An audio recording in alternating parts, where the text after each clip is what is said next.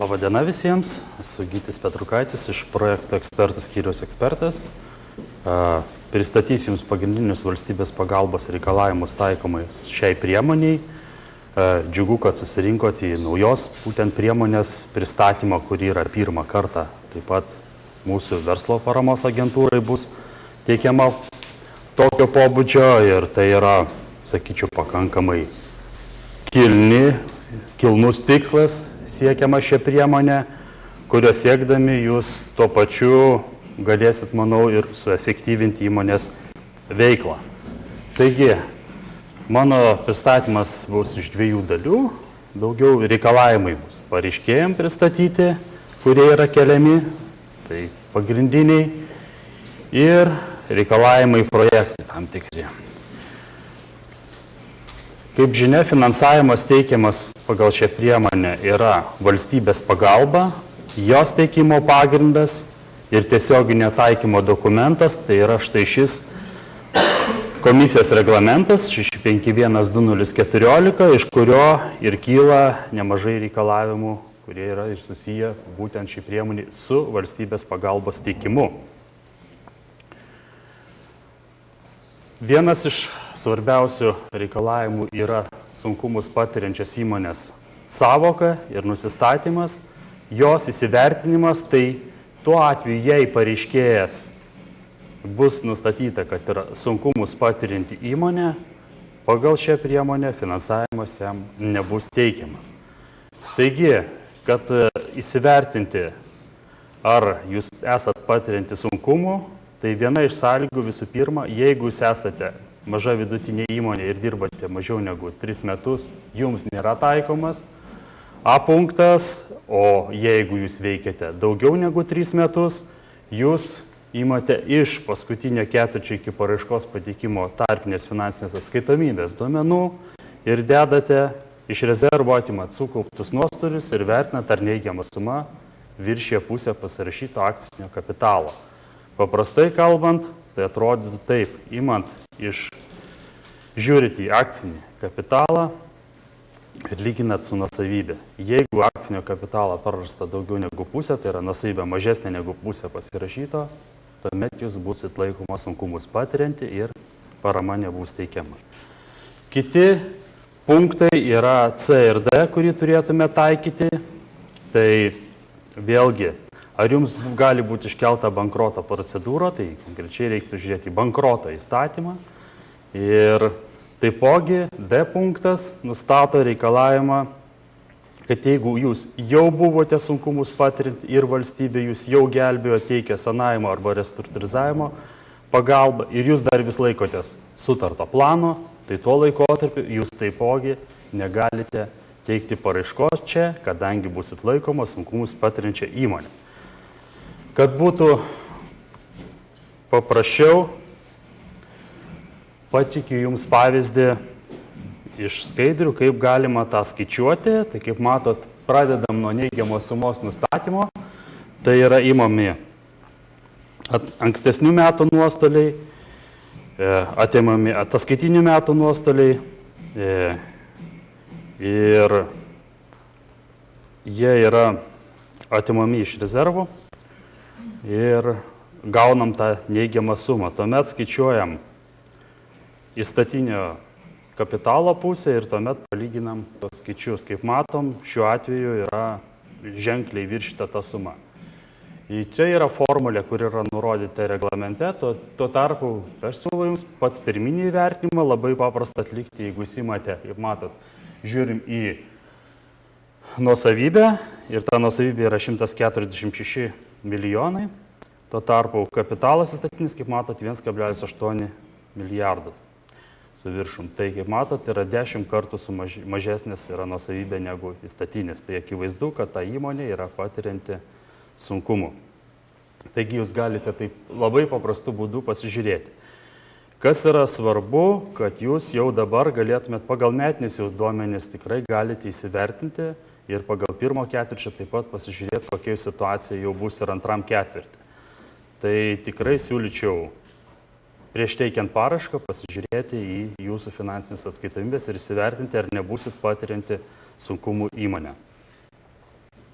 Taip pat verslo paramos agentūra vertindama ir pamačiusi, kad jūsų, tarkim, duomenys paskutiniam ketvirčiui iki paraiškos pateikimo yra arti tos ribos, turi teisę paprašyti po ministro įsakymo prieš sudarant sutartį, vėlgi, jeigu ketvirtis keičiasi, aišku, patikslintas tarpinės atskaitomybės ir vertins, ar jūs nebuvot patirianti sunkumų paramos skirimo metu.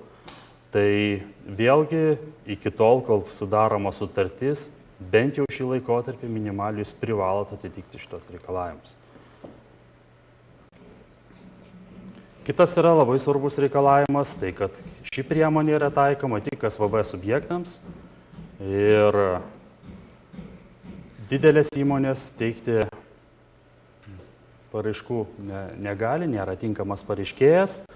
Taigi vėlgi labai svarbu nustatyti, ar jūs atitinkat šį kriterijų, ar jūs esate SVV subjektas. Kad tą nustatyti yra vertinamas darbuotojų skaičius, turtas ir apyvarta. Įmonės statusas, kaip sakau, susideda iš 3 dalių ir, kaip matot, iš šios lentelės tinkamas pareiškėjas yra atitinkantis vidutinės, mažos arba labai mažos įmonės kategorijai priskiriamus skaičius. Tai kaip matot, pati kritinė yra riba, jeigu jūsų įmonėje dirba daugiau nei 250 darbuotojų, jūs automatiškai laikoma didelė įmonė. Tai čia pirmas vertinimas, nuo kurio reiktų pradėti ir toliau galima būtų nevertinti, jeigu jūs viršėt šį skaičių. Jei ne, tarkim, jūsų įmonė dirba mažiau negu 250, tarkim 249, tuomet vertinat antrą ir trečią stulpelį, tai yra metinė apyvarta ir turtą. Jeigu, kaip matot, jūsų turtas, tarkim, viršyje 40 milijonų, tai yra metinė apyvarta viršyje 40 milijonų eurų, tuomet turtas neturėtų viršyti 27 milijonų eurų. Tuo tarpu, jeigu viršytų abu šios skaičius, nepaisant to, kad darbuotojų skaičius yra mažesnis nei 250, jūs būtumėt laikoma didelės įmonės statusą turinti. Tai ta pagalba nebūtų teikiama jums taipogi. Analogiškai situacija yra pradedant nuo pačios labai mažos, tarkim, įmonės ir mažos ir vidutinės, tai jūs pradžiai ima darbuotojų skaičių ir vertinat tos 2 kriterijus vėlesnius. Jeigu jie abu atitinka, einat vienu laipteliu aukščiau ir tas statusas jūsų keičiasi iš mažos į, tarkim, vidutinę, priklausomai nuo skaičių. Taigi, pats pagrindas yra darbuotojų skaičius ir vėliau antri kiti. Kas yra svarbu, kad duomenys yra nustatomi personalų skaičiuoti ir finansiniams sumoms įmonį pagal vėliausio patvirtinto finansinės atskaitomybės laikotarpio. Tai reikštų, kad jeigu jūsų įmonės duomenys sutampa yra finansiniai metai sutampa su kalendoriniais metais, tai būtų jau 2015 metų patvirtinta finansinė atskaitomybė, iš kurios imtumėt duomenys tam nustatytą. Jeigu nesutampa, vėlgi žiūrit laikotarpį, kada turėtų būti patvirtinta. Ir pagal paskutinę patvirtintą nusistatyti.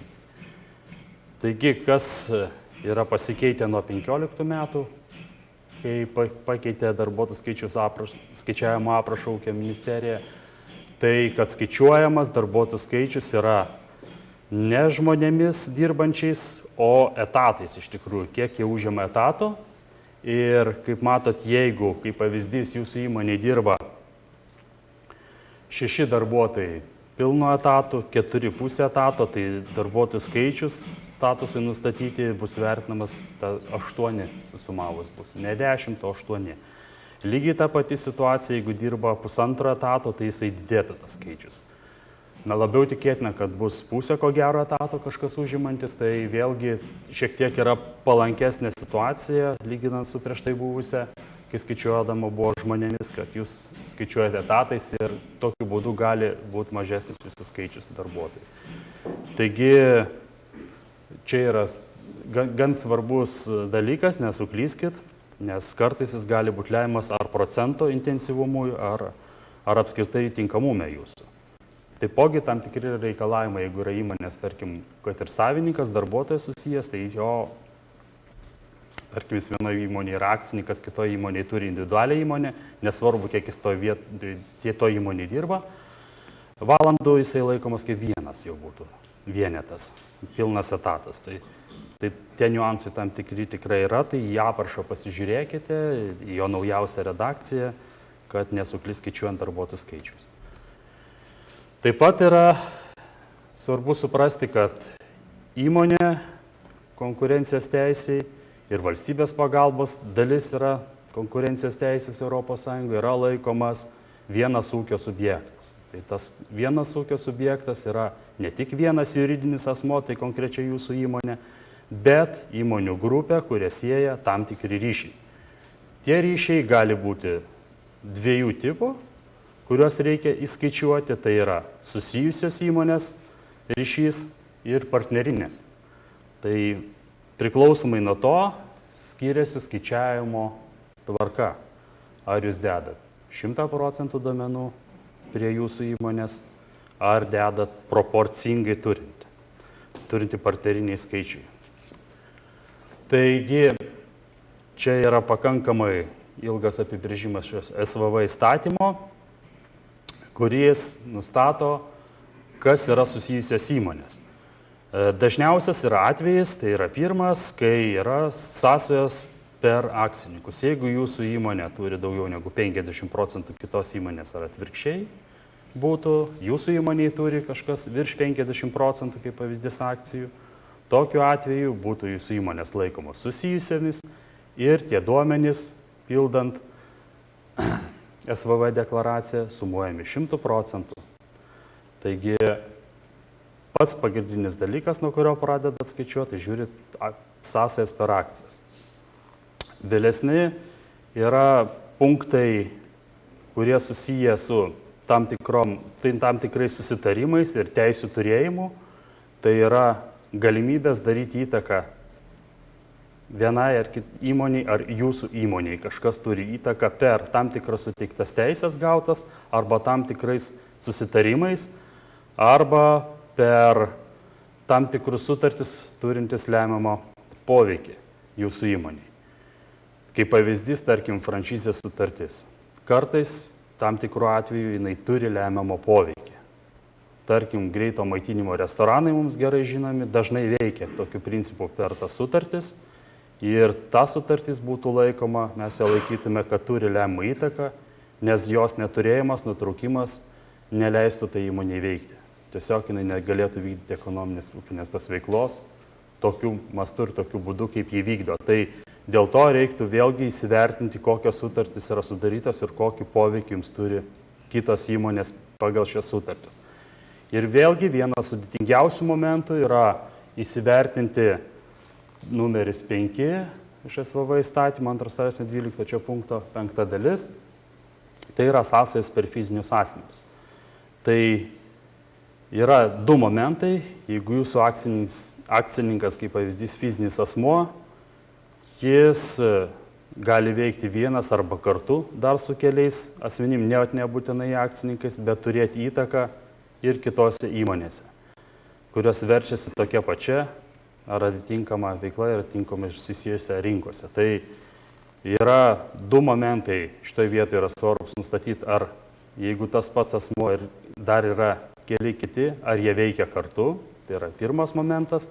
Ir antras momentas yra ta verčiamas veikla. Ar ji ta pati, ar ne ta pati. Tai čia pakankamai yra individualus vertinimas kiekvienu atveju ir siūlyčiau bent jau jums kreiptis į verslo paramos agentūrą, jeigu matot, kad turit abejonių dėl šio punkto ir dėl sąsajų per fizinis asmenis, pasistengsim maksimaliai jums padėti jau prieš paraiškos teikimą nustatyti, ar tikrai reiktų įtraukti tam tikras įmonės ar ne.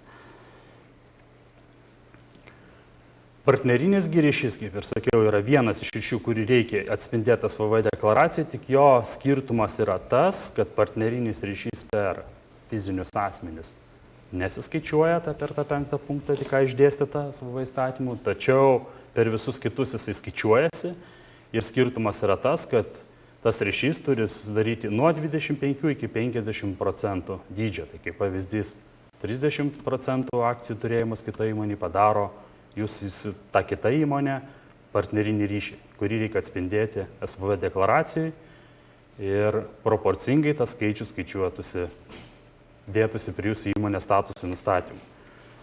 pateiksiu pavyzdį, kaip tas atrodytų gyvai. Tai jeigu jūs esat pareiškėjas, įmonė A apačioj, štai čia, jūsų įmonė B įmonė turi jūsų įmonė 60% akcijų, o B įmonė atitinkamai C ir D turi proporcingai 32 ir 27%.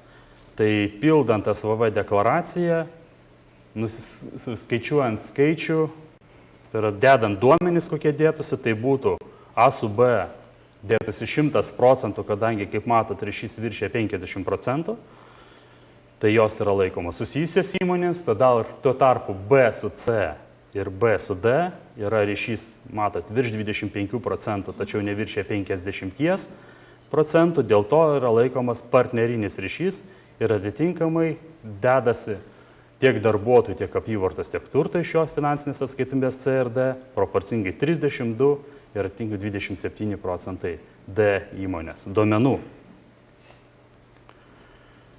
Yra tam tikros taisyklės vėlgi, kada jūs nebededat partnerinio ryšio, tai yra dešiniai pusė, kaip matot, su C ir E. Tai jūsų A pareiškės apačioje, jeigu esat, kaip matot, yra dvi lyg ir identiškos situacijos, tik skirtumas yra tas, tarkim, žiūrim į kairę pusę, tai B su D yra siejamas ne partnerinis, o susijusios įmonės ryšys, nes 60% D turi B akcijų. Ir tada tuomet skaičiuojamas būtų B su D sudedam, 100 būtų procentų šitų duomenų, dauginam iš 38%, kadangi turi 38% B įmonė A pareiškėjai. Tuo tarpu dešiniai pusiai yra, kaip matot, ACE yra ryšiai partnerinis, A su C yra ryšys ir C su E yra partnerinis taip pat. Partnerinis per partnerinį ryšį nebesiskaičiuoja, tai neįsitraukite papildomai tų ryšių, kuriuos neturėtumėt vėlgi atspindėti SVV deklaraciją.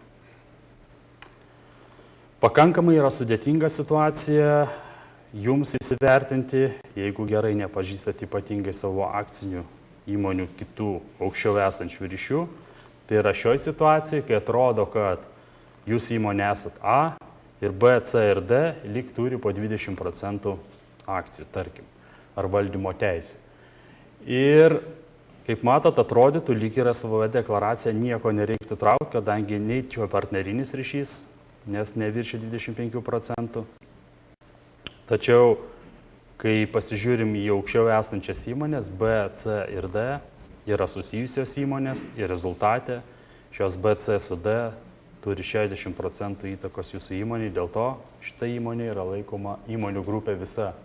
A, B, C ir D yra vienu vienetų ekonominių ūkių subjektų ir dėl to dedate 100% duomenų visų šių įmonių. Taigi čia pakankamai sudėtinga tuo atveju, ypatingai jeigu jūsų akcininkai ar įmonės akcininkų, tai yra ne Lietuvos juridiniai vienetai, kas sunkiau matyti, ar jie tikrai čia kažkaip veikia kartu kaip grupė ir ypač jeigu pavadinimai dar skiriasi tų įmonių. Tai ką galėčiau jums pasiūlyti, tai vėlgi, jeigu jūs abejojate, tai kreiptis visgi tos savo akcininkus raštu ir paklausti, ar jie yra susijęti kaip nors ryšiais.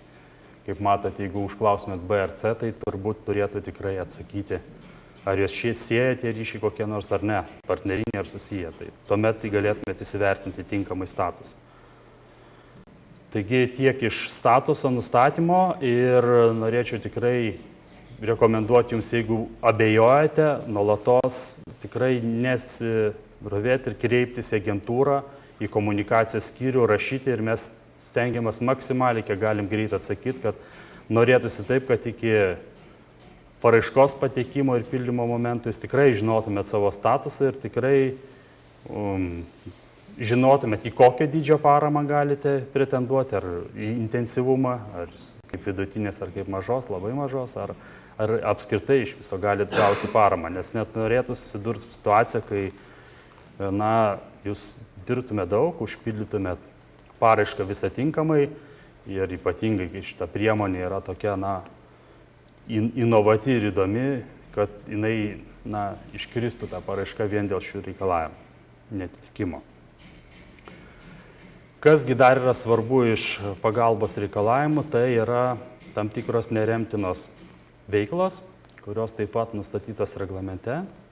Tai yra susijusios su žuvininkystė ir akvakultūros sektorių veiklos, pirminė žemės ūkio produktų gamybos sektoriui, na ir tiesioginė pagalba eksportui. Jeigu norėsite, jeigu jūs papuolate, aš tam uždėjau stop ženklą, papuolate, matote tą apibrėžimą, jūsų veikla galbūt papuola į neremtinų veiklų, tai pirmas dalykas, ką turėtume daryti, tai įsivertinti, reglamente yra pateiktos apibrėžtis antram straipsnėje ir nusako, kas tai yra, žemės ūkio, tarkim, produkcija ir panašiai, ar jūs patenkate į tos gamintojus ar ne. Ir žuvininkystės ar akvakultūros sektorių, tai būtų atskiras 2013 gruodžio 11 reglamentas tarybos 1379, tai vėlgi pagal jį, jeigu jūs patenkate į jo taikymo sritį, tai vėlgi į šitą reglamentą nepataikot ir pagal šią priemonę paramos negalite gauti. Tai čia yra pirmas etapas įsivertinimo, taip pat, kadangi tai yra teikiama regioninė investicinė pagalba, yra taikomas 13 ir 14 straipsnis, kuris nustato vėlgi tam tikras išimtis sektoriams. Tai yra neteikiama plieno sektoriui, parama negali būti teikiama anglių sektoriui, laivų statybos sektoriui, sintetinių ploštų sektoriui, transporto sektoriui, taip pat susijusi infrastruktūrai, elektros energijos gamybai, paskirstimui ir infrastruktūrai. Vėlgi apibrėžtis yra visos faktiškai pateiktos išskyrus laivų statybos sektoriai, neklystu. Ir jeigu laivų statyboje, tai reiktų žiūrėti, yra atskiras komunikatas susijęs su laivų statybos sektoriu, tai yra daugiau susijęs su krovininiais didelio tonažo laivais. Tai vėlgi, jeigu papuolat į šitą sritį, kažkas arba su remonto, laivų bagaimo sektoriu ar statyba, yra keletą kompanijų Lietuvoje, kurios tikrai jį papuola, tai siūlyčiau vėlgi įsivertinti ir kreiptis, jeigu dar kyla abejonių, mus pasistengsim padėti įsivertinti, ar jūs galite gauti pagalbą. Kita yra dalis susijusi su vėlgi pagalbos reikalavimais, yra skatinamo poveikio buvimas. Tai pagalba teikiama tik tai toms priemonėms, kurios turi skatinamą poveikį. Tai ką reiškia, kad jūs galite pradėti darbus tik tuomet, kai pateikėt paraišką Lietuvos verslo paramos agentūrai.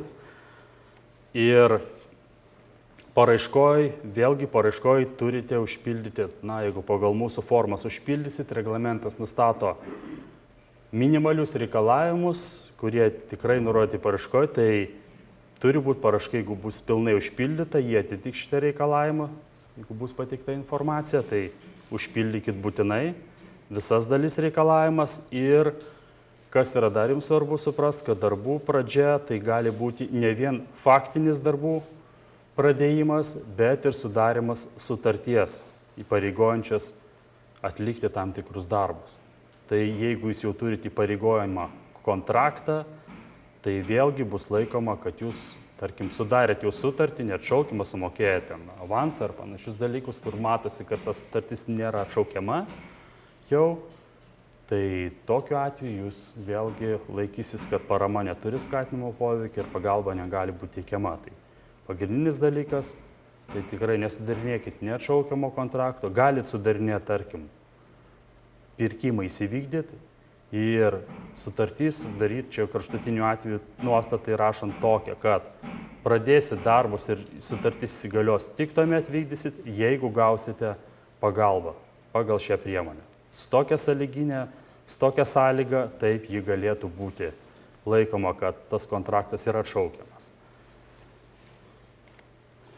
Taipogi, vienas iš reikalavimų yra sumavimas pagalbos, tai daugiau yra susiję, kas mums yra ir jums svarbu, su nuosavo indėliu šiuo atveju ir kur jūs jo ieškosit, iš kokių šaltinių. Kaip matot, pagal šią priemonę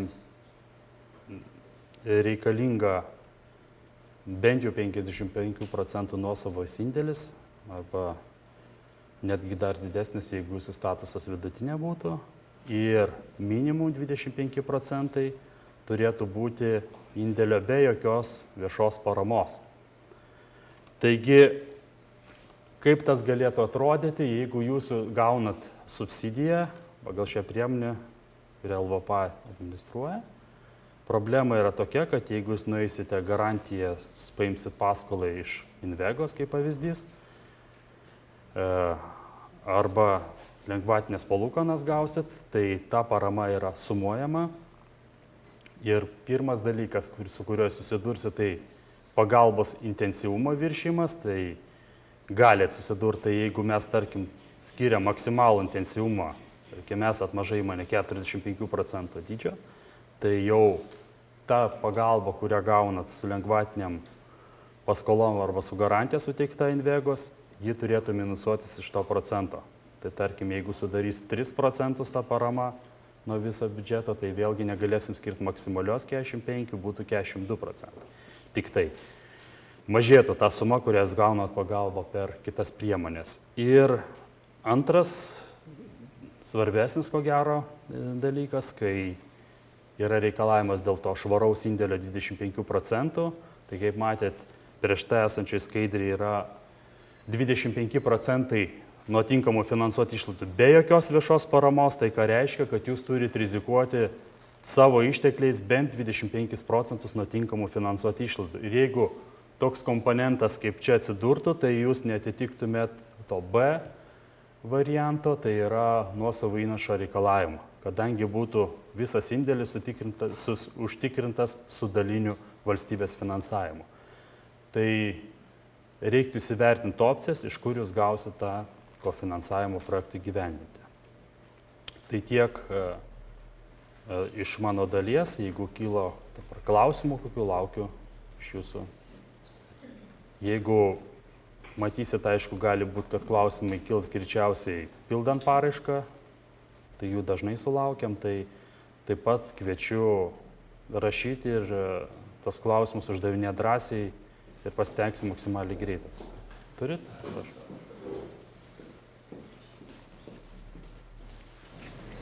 Dėl susijusių ir partnerinių, tai čia kaip ir atsakėt klausimą, bet tik pasitikslinsiu. Tai jeigu akcininkai, pareiškėjo akcininkai šiam paraiškos pridavimo momentui struktūra yra po 20%, tarkim, arba mažiau, tai darant prielaidą, kad kitokių ryšių, kaip išvardinta, nėra, tai tada kaip ir jų valdomos kažkokios kitos įmonės nėra aktualios ir į skaičių bendrą neįeina. Tai čia, kaip sakiau, per akcininkus, jeigu žiūri, tai yra viena iš ryšio formų, yra per akcijas. Taip, kitos ryšio formos, čia jūs įvardinat šitą pavyzdį, kaip suprantu, tai jeigu žiūrim iš akcijų dalies. Dabar, ką gali šitie, kurie po 20%, tarkim, turi, vienas iš jų gali būti, na, tarkim, įsivaizduokit, yra B greito, kaip tas, sakau, tas maitinimo pasaulinio restoranų tinklo įmonė, kuri suteikia franšizę jūsų įmonė. Tai bus, jinai turės kitą ryšį, jinai turės lemiamą poveikį per sutartį. Tai ne tik turim žiūrėti į akcijų dalis, bet turim žiūrėti ir tam tikrus ryšius, ar gali daryti lemiamą poveikį kita įmonė jums ar ne. Tai jeigu tik tas ryšys yra, kaip jūs sakote, akcininko, tai nėra problema, bet reikia žiūrėti, ar nėra, kaip sakau, tam tikrų sutarčių, kurios gali daryti lemiamą poveikį. Vienas yra momentas. Kitas momentas yra įsivertinti, ar nėra tie akcininkai, kaip jūs sakote, sudarę kažkokių susitarimų, kurie perleidžia sprendimų teisės vienam iš jų. Tarkim, visi turi po 20 ir jie turi sutartį, kurio B, tarkim, įmonė yra suteikiamos teisės balsuoti ir priimti visus sprendimus A įmonė. Dar toks galimas variantas. Jeigu, tarkim, yra 5 fiziniai asmenys, kurie kad ir valdo kitas įmonės, bet jeigu tarp jų, jau... Nėra jokių kitų ryšių, jokių kitų susitarimų, negali lemiamo poveikio, tai problemos nebūtų. O jeigu kažkurios kitos valdomos jų įmonės turi kažkokius komercinius santykius, nes vis tiek Lietuva maža, tarkim, tai ten gal kažkas kažkam yra kažką parduoda ar ten. Tai reiktų vertinti, ar tie santykiai sudaro prielaidas lemiamam poveikio ar ne. Tai tam tikri... Apyvartos ar kaip? Galima sakyti apyvartos, kitas dalykas reiktų pažiūrėti, jeigu tų santykių nebūtų, galbūt taip reiktų prielaidą dėti. Jeigu tų santykių nebūtų, ar įmonė toliau sėkmingai gyvuotų. Supratau. Tai turbūt geriausia jums hipotetinė situacija surašyti visą... Na, nereiktų, tiesiog reiktų įsivertinti. nereiktų ten hipotetinių prielaidų daryti, bet jūs paprastai, jeigu įmonė dirba, jinai puikiai žino, nuo ko jinai yra priklausoma. Tai jeigu jūs atspindėsit tos ryšius, tai tikrai jie aiškiai pakankamai atsispindi. Jeigu pavyzdys, jūs žinot, kas jums daro ar nedaro tą poveikį. Tai čia klausimas, ar LVP pamatys, ar jūs tinkamas. Parodyti, kad reiškia, kad būtų viskas aiškiai. Dėlimo momentui būtų jau, kaip sakyt, kad nekiltų kažkokių klausimų po to. Visiškai sutinku, kad geriau yra parodyti, koks yra tas ryšys ir vertinti, žaisti pagal nustatytas tas taisyklės, nes pagalbos teisėtumas gali būti vertinimas 10 metų po pagalbos suteikimo pagal šią priemonę. Tai suprantat, kad mes nepastebėsim, mūsų priežiūros laikotarpis pasibaigs, bet nežinia, kada vėliau gali patikrinti kitos kontroliuojančios institucijos. Taip pat gali tikrinti Europos komisija, audito rūmai gali tikrinti ir valstybės kontrolė. 3 iš esmės. Tai geriau būtų nusistatyti tikrai tą statusą, kokiam esate ir būti ramiems. Taip sakant, jeigu tų ryšių mes kaip ir nematom, tai galim būti pakankamai ramus, kad ten nesinori kažkokios situacijos ateityje. Taip, gerai, paklauskite, tikrai pasitengsim atsakyti, kiek mes matysim. Būtų gerai sužinoti, visiškai nauja įmonė sukurta, ar turi kažkokių tai vilčių tokiai paramai kažką gauti, ar čia daugiau taikoma jau tą, ką jūs pasakot. Jūs kalbėjot kažką apie naują įmonę, kad ten kažkas netaiko, tai galbūt konkrečiau kažką galit pasakyti. Matot, dėl paramos, dėl pagalbos tai reikalavimo atitikimo vienos dalies, tai jums netaikoma iškart bus sunkumus patiriančios įmonės, nes veikia iki 3 metų ir jeigu esate MVI statuse, tai čia yra viena dalis. Kaip matot, visus kitus reikalavimus, ko gero, irgi greičiausiai atitiktumėt, tik aprašas dar nustato be pagalbos reikalavimų tam tikrus papildomus, kurie yra perkelti iš regioninės pagalbos reglamento, kadangi tai yra teikiama iš Europos regioninės plėtros fondo parama, tai yra tam tikri dar reikalavimai, plus tam tikrus reikalavimus nustato ūkio ministerija, kuris šią intervenciją ir vykdo pagal šią priemonę. Tai tuos kitus reikalavimus, ten pareiškėjo, ten kiek neklystu yra ir apyvartai reikalavimai, tai vėlgi yra jie papildomi ir reiktų juos dabar pasiūlyčiau pasiklausyti pilnai antro pranešimo, ten pamatysis išdėstis dar tos papildomus reikalavimus. Čia yra, kaip sakau, taip, ne. Jeigu jūs matot, praeina, tai čia yra taip, dabar žiūrim, ar papildomai dar tie reikalavimai, čia yra baziniai, kuriuos jūs atitikę galite tikėtis pagalbos pagal daugelį, turbūt taip sakyčiau, priemonių, kurias LVP turės, dabar turi ir turės, tai šie reikalavimai taikomi daugeliu jų, kur teikiama yra valstybės pagalba. Tai jums čia tokia kaip bazė, nuo kurios sako taip, aš esu iš pagalbos pusės daugeliu atveju tinkamas, dabar žiūriu į aprašą dar plus papildomus reikalavimus taikomus pareiškėjams ir projektams, kuriuos pristatys kolegės.